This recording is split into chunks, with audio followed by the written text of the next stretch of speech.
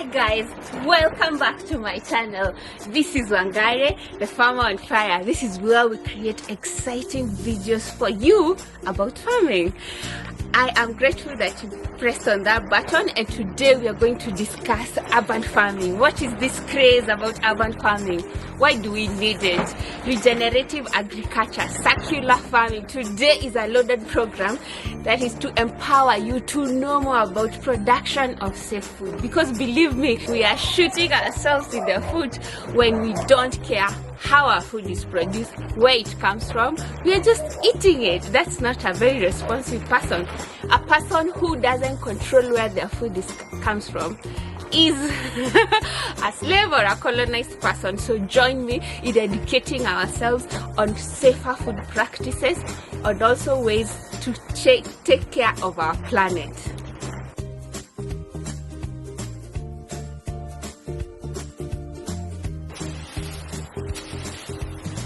So you might wonder, what is Wangare doing today? Well, this is our compost pit. It started as a pit, as a hole dug on the ground, but then we have been filling it with organic matter and wastes from the farm so that we can decompose it to become our soil fertilizer. The thing about composting is a way to make sure that the earth is getting and retaining carbon in the soil.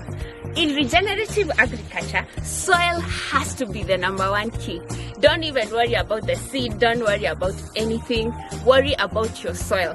And the first thing is increasing the carbon content. How you do this is making sure that it has as much organic matter as possible. Organic matter also happens to have a lot of microorganisms. So enough about slash and burn, which I have not seen much in Kenya. But recently I was in Mozambique and it was happening a lot, and I was sad because you are destroying part of the ecosystem. The ecosystem has no waste. Nature has no waste. So whatever you're thinking that is waste, there is a way you can loop into the cycle and it ends up being used. So the idea is to try and make sure that we are utilizing everything that we have at our disposal. So our compost pit, what do you need? You need dry matter.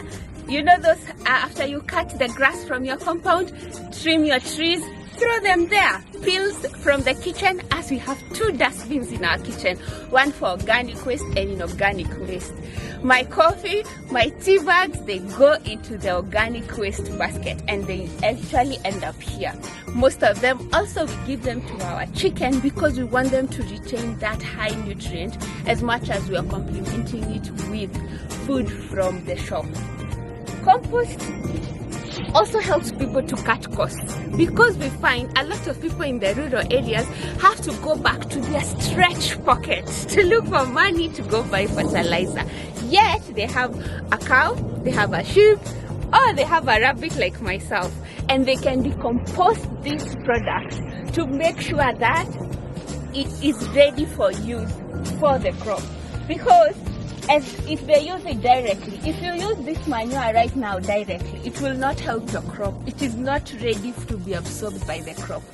But once you take care of it in the compost pit, after 6 months of eventual tanning and the help of the solar system, you will be able to have something that looks close to this. You guys can see, this is long composted compost, which looks like soil, and it's in smaller and smaller bits as the microorganisms break it down. So us, we sieve this and we sell it to the people in the city who want to start urban gardens. Guys, this is a safe way to make sure that food is stressful because it has all the microorganisms. It also ensures that you can be able to produce so much food and retain so much water in the soil because it makes the soil like a sponge. This kind of fertilizer helps save the planet, guys. So get on board.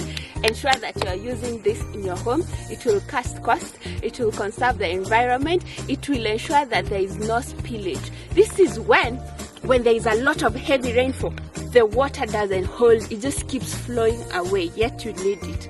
We need it to seep through the soil, and this, because of its high carbon, make it act as a sponge, and the the water remains there for longer for your crops to grow. So guys, join me in the conversation on regenerative agriculture, circular agriculture, and safe food production for ourselves, because we don't want our children to grow up having cancer issues that are alarming in the West. We don't want our kids to have malnourishment, to lack food because of hunger and climate change and global warming. It is us to act now. And I'm asking you guys, ask yourself these questions. What contribution are you making to the food system? Is it through logistics? Is it through fashion? Is it in anything you're doing? But in everything you're doing, are you helping conserve the environment?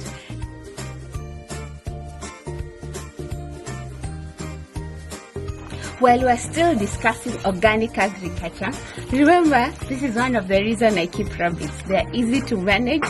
They grow very fast. They reproduce very fast. You can get up to a mother giving birth 6 times in a year, and every time they give birth, 6 to 10 small rabbits. That's a win-win for me. And they're meat, cholesterol-free, very safe.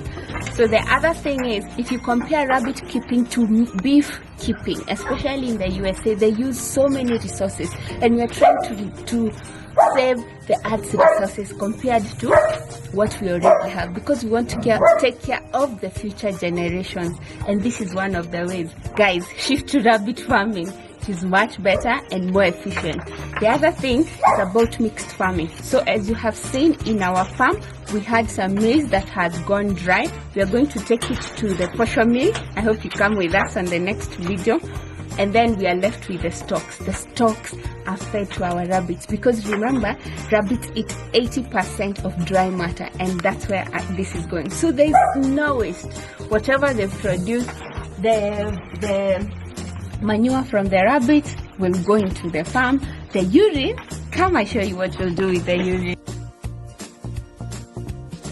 The house is designed to collect rabbit urine because we need this to act as a pesticide. This is an organic pesticide. You don't need to go to the shop to look for a pesticide or a chemical that will kill everything in our shamba, because that one is indiscriminative. But when you use an organic one, you're adding fertility, and number 2, you're ensuring that the pests, because of the pungent smell from the rabbit urine, they're staying away, and they're continuing to stay away, so that your food can thrive and have nutrition. It's a win-win situation, guys. So let's also have this conversation about mixed farming. Have systems feeding into each other. If you have a fish pond, let that algae go into your vegetable garden. Those vegetables, the waste from that, from the cuttings and everything, let them go back to the goats. When the goats are done with that, let them give us milk and all that kind of cycle. We have to keep the loop closed. That's the trick, guys.